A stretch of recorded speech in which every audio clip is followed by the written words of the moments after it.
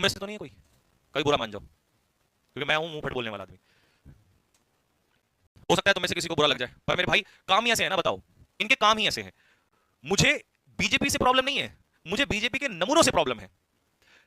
कुछ तो ऐसे नमूने भरे हुए हैं कि पूरे भारत में स्टूडेंट परेशान है, और वो नमूना एक उनमें से एक कहता है कि समोसे का रेट जो है वो साहब, वो समोसे का रेट जो है वो गलत है।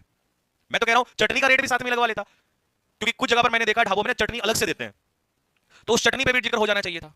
नहीं, और ये वही इंसान है जो रिमोट से वो उठा रहा था। कैसे इनको पार्लियामेंट में भेज दिया। अगर इस जमाने में कुछ मेरे हिसाब से थोड़ा बहुत भगवान का कहीं रोल हुआ करता ना, अगर भगवान नहीं धरती पे आसपास होता तो खुद ही जहर खा के मर जाना था। समोसे पे डिस्कशन हो रहा है हमारे पार्लियामेंट में। शुक्र है कि इंटरनेशनल मीडिया में यह बात नहीं गई। सोचो यूनाइटेड नेशन में यह बात उठ जाए कि भारत में समोसे पे जिक्र हो रहा था जब भारत का नौजवान बाहर पिट रहा था। तो यही तो अच्छे दिन है हमारे।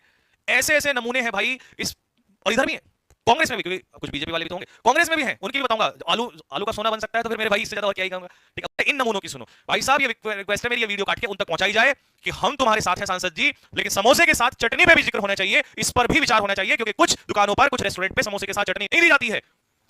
अब हमारा युवा जब पेपर देने जाता है तो वो चटनी के पैसे नहीं होते हैं उस पर, तो इसके ऊपर भी चर्चा होनी चाहिए। हम साथ में खड़े हैं, तुम हमारे साथ खड़े हो ना हो, लेकिन हम तुम्हारे साथ में खड़े हुए हैं।